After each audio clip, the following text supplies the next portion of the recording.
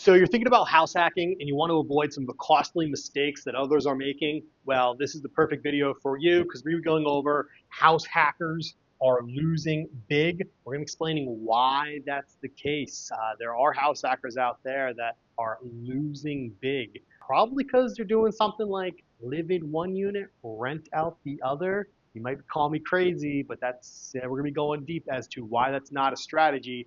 And then also things like working with an investor realtor might not be the smartest idea on this one. Not saying it's wrong, but might not be the smartest idea. You're gonna have to stick around to see why. But we're going through a lot of different reasons as to why some house hackers are losing right now, and it's just not working out for them. So let's dive right into it, get this show started. You know me, I'm Shawn McEnteer, the house hacking realtor of Northern New Jersey and the team leader of the Living North Jersey real estate team. I love house hacking. I love making sure I can get you to your financial goals by leveraging this strategy because it's been a game changer for me. So look, this is huge right here. I'm going to start off with such a big one. Live in one unit, rent out the other. I mean, that's that's the name of the game. That's what house hacking is. But here's the thing. If that's the strategy, you might want to be scared. You might want to run for the hills if you're talking to someone and all they say is live in one unit, rent out the other, because that's not really a strategy. There's a lot of things that come into play here in terms of, in terms of does the property itself make sense? You know, what difference does it make if you live in one unit, rent out the other, and you move out of that property and you're negative cash flow, substantially? Is that a good deal? No, absolutely not. We want to make sure that when you move out of your property, that you're at least breaking even, making some money, increasing the rents, doing all that kind of stuff. So when you start off with live in one unit, rent out the other, it's such an easy pitch for realtors to make or people that maybe haven't house hacked before. It's very easy for them to make that pitch and say, hey, you're going to live in one unit. This is an asset and it's going to appreciate. Everything's going to be great. Rent out the other unit and it's going to reduce some of your income. Sounds great, but that does not mean that your house hack is a good deal. So you want to ask some more questions if you hear live in one, rent out the other, because that's just a concept. That's not a strategy. All right. So let's keep going here. Oh, come on. Geez, why is this drawn? There we go. My finger must have the magic touch. Okay. So investing agent good. I know, is it a good thing? That is the question here. Is it? Not always. Look, I'm always saying this. You want to work with an investor agent, but most importantly, you want to work with someone that is doing or has done what you want to do. Because there's a lot of different aspects of investing, from fix and flips versus house hacking. So look, we have house hacking over here, fix and flip over here. You're thinking, oh man, that goes hand in hand. You got to renovate your house hack. You're gonna fix and flip a property, but it's much different. Now look, think about it like this. What do you think it would take to renovate a property that you're living in compared to renovating a fix and flip? Okay, fix and flip is very systematized. You come in, you got the whole place, you take the walls down, put new kitchen and put new floor in.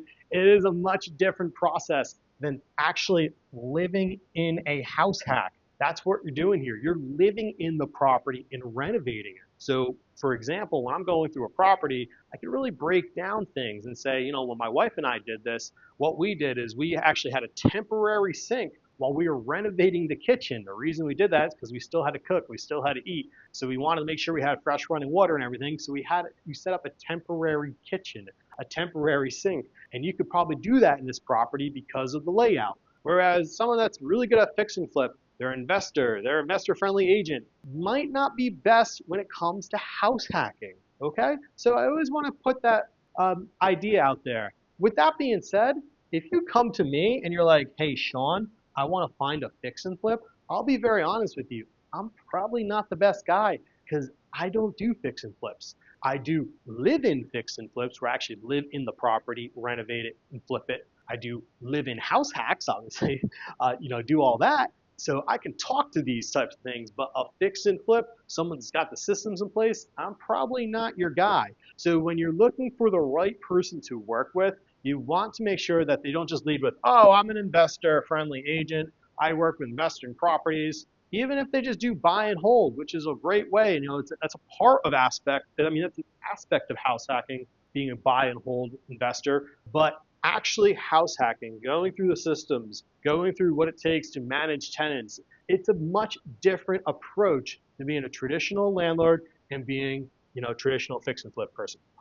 With that being said, when it comes to the correct agent, please don't just go look on Zillow. I will say this much, there's real estate forums, you can find them on, there's entities out there. The chances of you just finding the perfect investor friendly, house hacking friendly agent on Zillow is slim to none. It is literally the, needle in a haystack. And then obviously your family friend realtor, that's a mistake my wife and I made big time, costs us thousands of dollars, amazing learning experience, but we learned our lesson. Do not just use the family friend. We connected with investors that were doing what we wanted to do, repeated the secrets, fast tracked the journey. That's what I'm trying to do for you. Fast track things. Yeah, and of course, you know that. Click subscribe. That's how you stay up to date with all this stuff. Be the first to know about future videos when they come out. Audio does not match video. What do I mean by that? Okay, so if you're saying you want to maybe get to financial freedom, you want to do it in X amount of years, but you're not willing to take on maybe a property that needs a little bit more work, audio doesn't match video. It's like, I want to buy like my second property. How do I buy my second property? Well, you want to make sure that your first property is renovated in a way that you can get into the second property. So what I'm saying when audio does not match video is the story of what you want to do, does that make sense to how to get there? If you know you want to get a property that has lots of equity, don't go looking at a turnkey property. If you know you do not want to buy a property that needs a lot of work, well then look at properties that are maybe more turnkey. So does audio match video? It's so crucial when you're looking for properties to be in your comfort zone, maybe a little bit out of your comfort zone, actually, I should say. So you want to just make sure you're in a realm, though, that makes sense to what you're saying. If you know you need to be close to New York City, don't look don't look close to Pennsylvania. So make sure the audio matches the video. And if you ever have a question about house hacking, you want to reach out to me right away. This is my direct number. I get phone calls, texts, emails every single day from people just like you looking to buy, sell, and invest in northern New Jersey. So always ready to hop on a call. That's my number. Text me. Might not get back to you right away, but I will get back to you. Okay. Oh my gosh, this is huge. And look, this is all about trying to help house hackers here, okay? I mean, really multifamily investors as well, but we're really focused on the house hacking aspect right now. But I've got clients that do everything. I got clients that house hack, I got clients that buy and hold invest. But so crucial is emotions in this, emotions. And what am I saying when I say, do you get a discount on eggs? I mean, it's a simple question. I go into the supermarket, I'm the nice guy. Everyone loves me at the supermarket. I say hi to the manager, I say hi to the owners, I say hi to the cashier. It's like, oh, Shawn, you're great. I come up to the cash register. Do I get a discount on eggs? No, that's the set price. That's what it is. Why do we treat our rentals differently? Rent goes up. That's right, up. Rent goes up. All right, that's a national part of the process here. Natural, not national, natural part of the process here. Rent goes up, eggs go up. This happens, this is life. So why do I say, do you get a discount on eggs for being a nice person? Because I see it all the time. Like, oh, I have a really nice tenant. Oh, I have a really nice, they're very great. I don't want to raise rent on them. Things are going to happen. Property is going to, something's going to happen on the property. Maybe you have to replace the roof. Maybe the furnace goes out. The price of that furnace is not going to be the same as the price of when you bought it, to 10 years later, to 10 years after that. Price goes up. So you need to be raising rent. That is part of the process. And then you get to a point where, maybe you don't raise rent at all. And all of a sudden, it's very tough to raise rent. On my personal properties, my tenants all know that I'm raising rent every year. And I tell them I'm doing it. It might not be a lot, but it's just a little bit so it doesn't seem like a lot when there does come a time where it has to be more of an increase. So if you do, $50, $100, it's not a huge amount. But if you wait 3 years and then you say, hey, I want to raise rent $300 or $400, that's a pretty big chunk of change. So raising it every year is something that you should be doing. Don't be emotional on it saying, oh, they're so nice, they're great people, oh, it's an old lady or whatever it is. This is part of the process, okay? So be less emotional, less, less emotions. There you go, okay? Raise the rents, do all that kind of stuff. And then everything, it comes down to eviction as well, comes down to screening. Screening is such an emotional game. You might have someone coming to you on your doorstep saying, hey, here's a 3 months rent. Just could you let me have the place for the year? I'm sorry, I don't have good credit. You gotta take the emotions out of it. We gotta get off the street, whatever it is. All right. Horrible laws. Okay. Here we go. Let me make a little box around that so I can separate that. Horrible laws. So what do I mean by this is there are towns you want to avoid. Towns to avoid. I mean, like every market. Oh man, there I am. I'm sucking at spelling.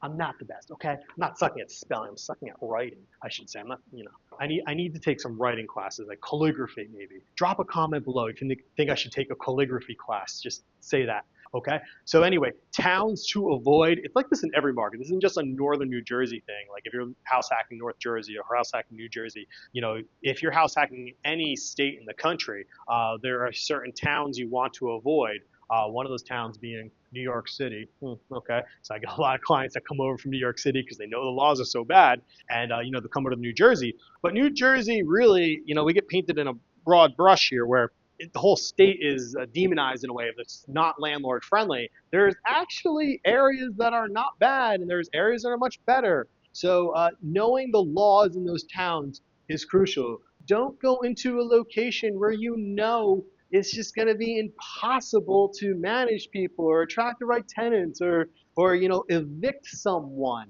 Just imagine not being able to evict someone because of local laws. So that's where it's super important to have an expert that you can reach out to at any time and connect with that knows the towns to go to. Why don't you just go text the word towns to that number? I'll get back to you and say, Shawn, what towns do you want me to go to? Anything. Just ask me a question. Okay, let's move along here. Oh man, closed-minded. I can tell a story about this one. So look, everything I do here is really stories. I love sharing stories. I love sharing real life examples rather than saying to you, hey, let's guess how to house hack. Let's guess how to real estate invest. I'm going to say this is my real life example from myself. This is what me and my wife did.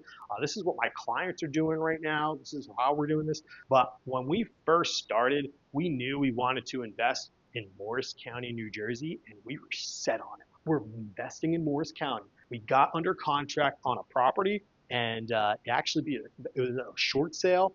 Thank goodness it was a short sale. But anyways, we got under contract. The process is very slow, very cumbersome. Dealing with the bank, you're dealing with a third-party owner. Okay, so it was a slow process. During this time, we had our first child, and my second son was on the way. My wife was pregnant, so like we kind of wanted to move things along here, kind of get into a place. Fortunately, we listened to our investor-friendly realtor who house hacked as well, and he's like, Shawn, why don't you come take a look at this property in Union County? And we're like, we don't know anything about it.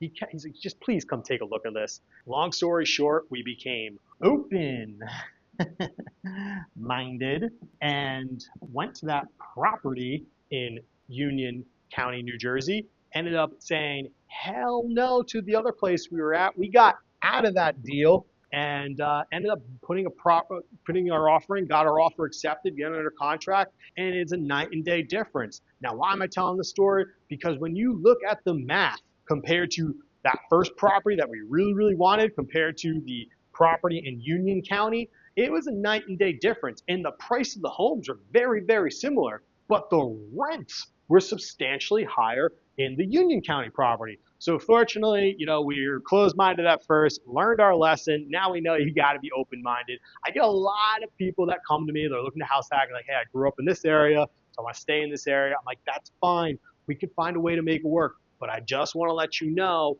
if you want to get a higher return on investment, if you go a little bit further or a little bit over here, we could get you there. So you let me know which direction you want to go, and I'm happy to guide you in that capacity. So being open-minded has really helped. And fortunately, a lot of my clients are open-minded. So keep that up. I like it. Okay, let's see here. Focus on what you can't do. Okay, people are doing this. This is why they're losing as house hackers, because they're thinking in their heads like, oh my gosh, I can't do this. I can't do that. I can't put up a wall. I can't repair a bathroom. I can't, whatever it is. And it's like, all is it? I can't. Things are going to happen. Things are going to come up. If you don't have a crap ton of cash sitting in front of you, you might have to do some of it yourself. Now, look, if you have a lot of liquid cash, okay, sub it out. Have someone do it for you. That's fine. No big deal. But when my wife and I first started doing this, we did not have much money to our name.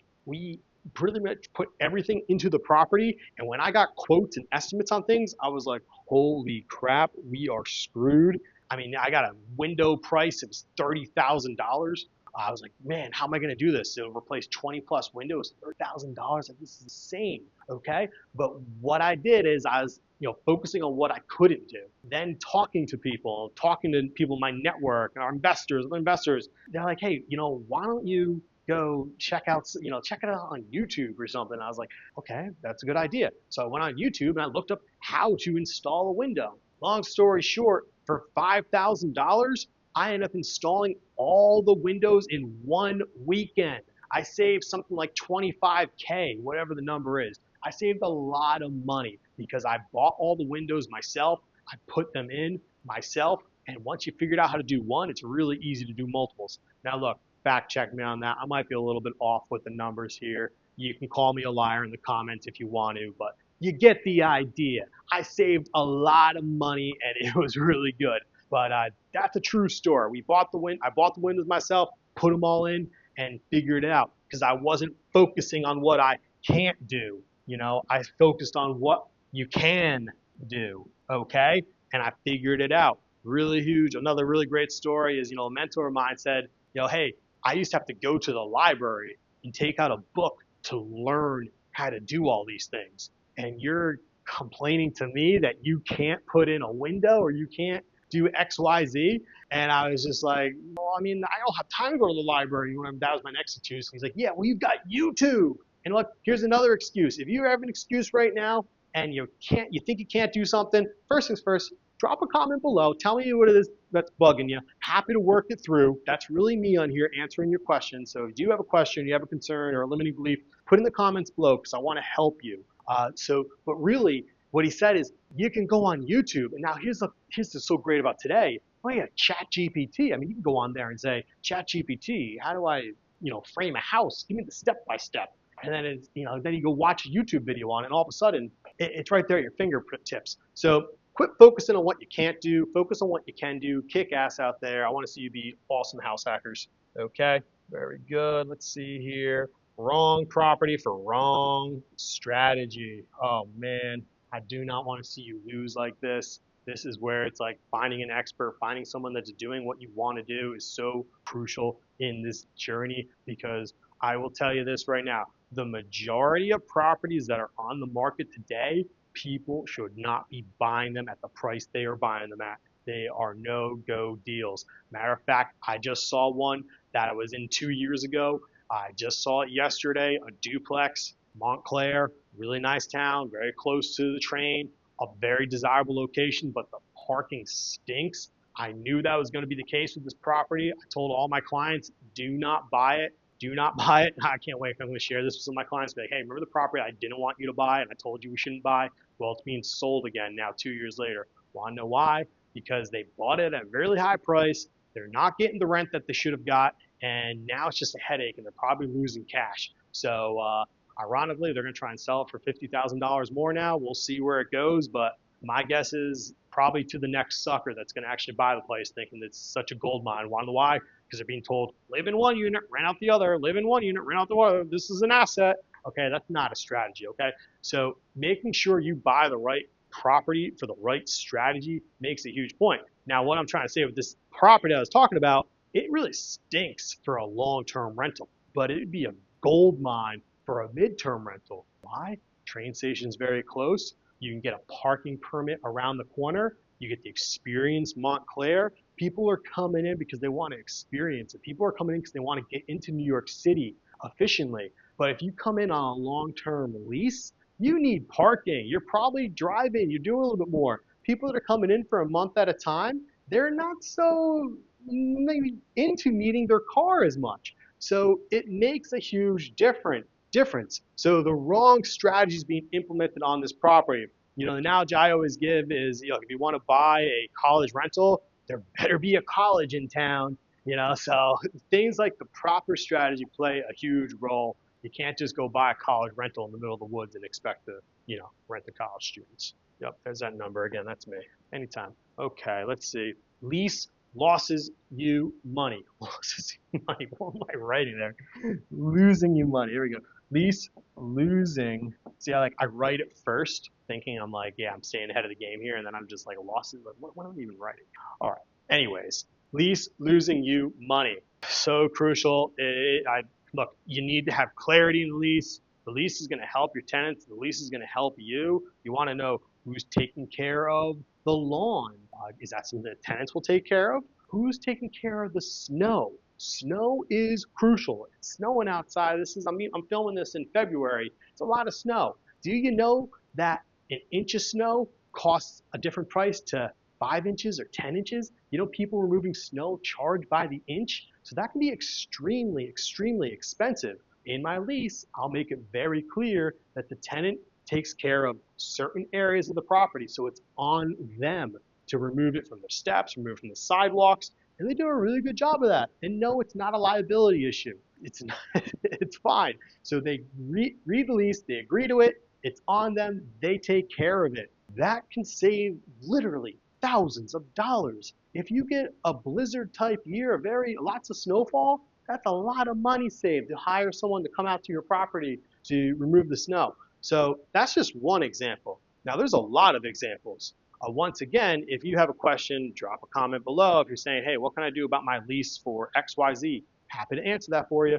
But I have a lot of other videos on that as well. So that's where you want to click it, boom, click subscribe so you can be the first to know about future videos when they come out and you can know more about them, okay? Or just go look at the house hacking channel that I have. There's so many other videos on it. I can dive deeper with leases, but you want to make sure who's taking care of, the property when they move out, what's the expectation. All this goes into the lease, and obviously the basic stuff like the terms and rent, all that kind of stuff, deposit. So having a strong, stellar lease is so crucial. Do not let me catch you using that basic New Jersey lease.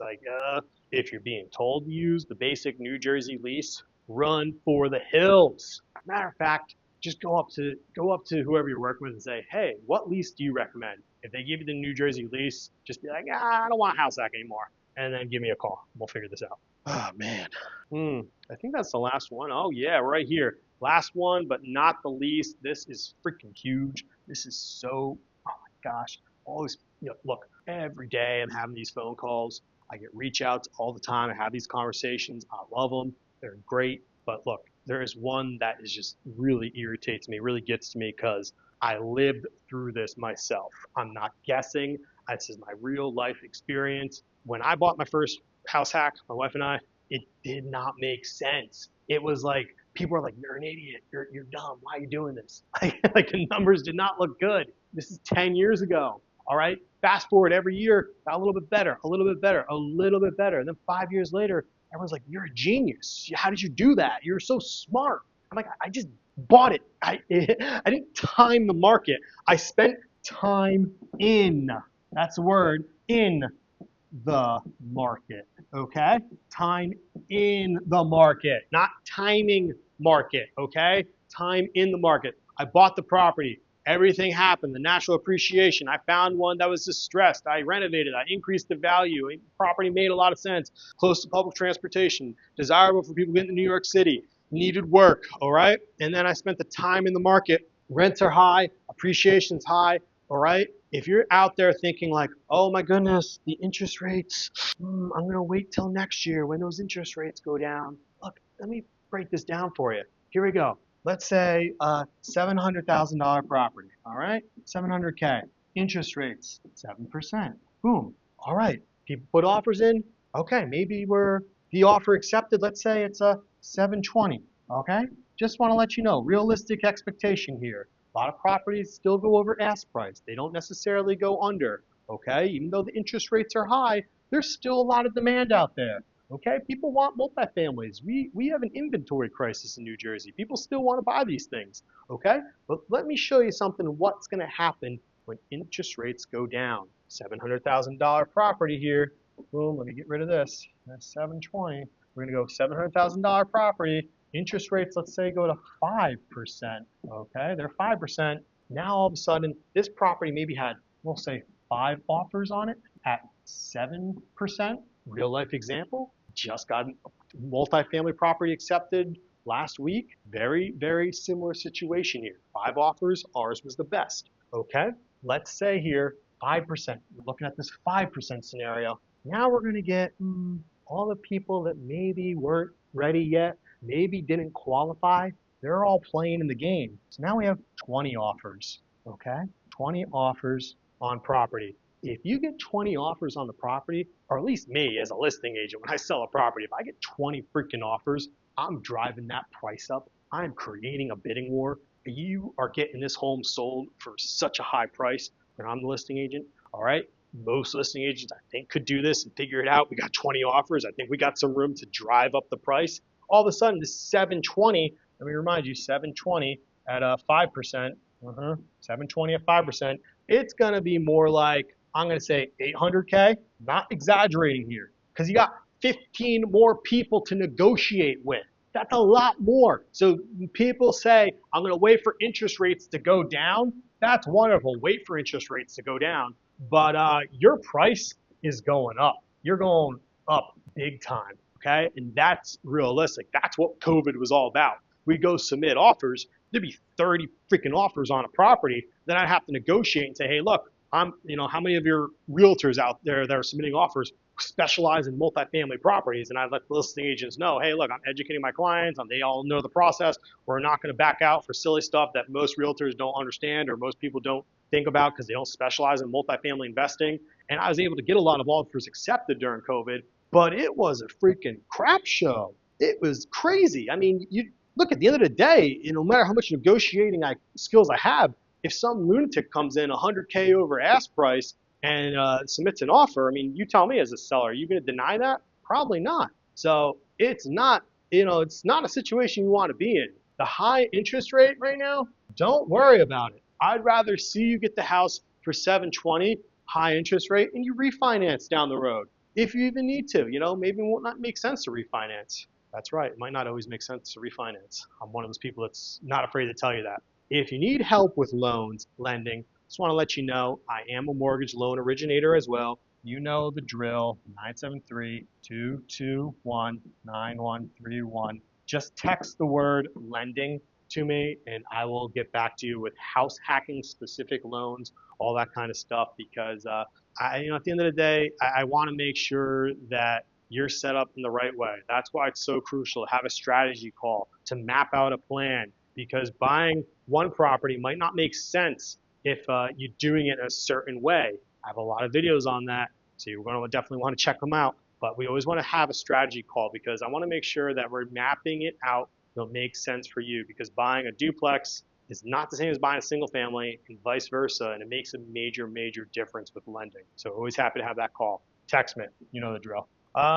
Let's see, what else we got here? Oh, how about maybe this video? Check it out. Perfect for house hackers.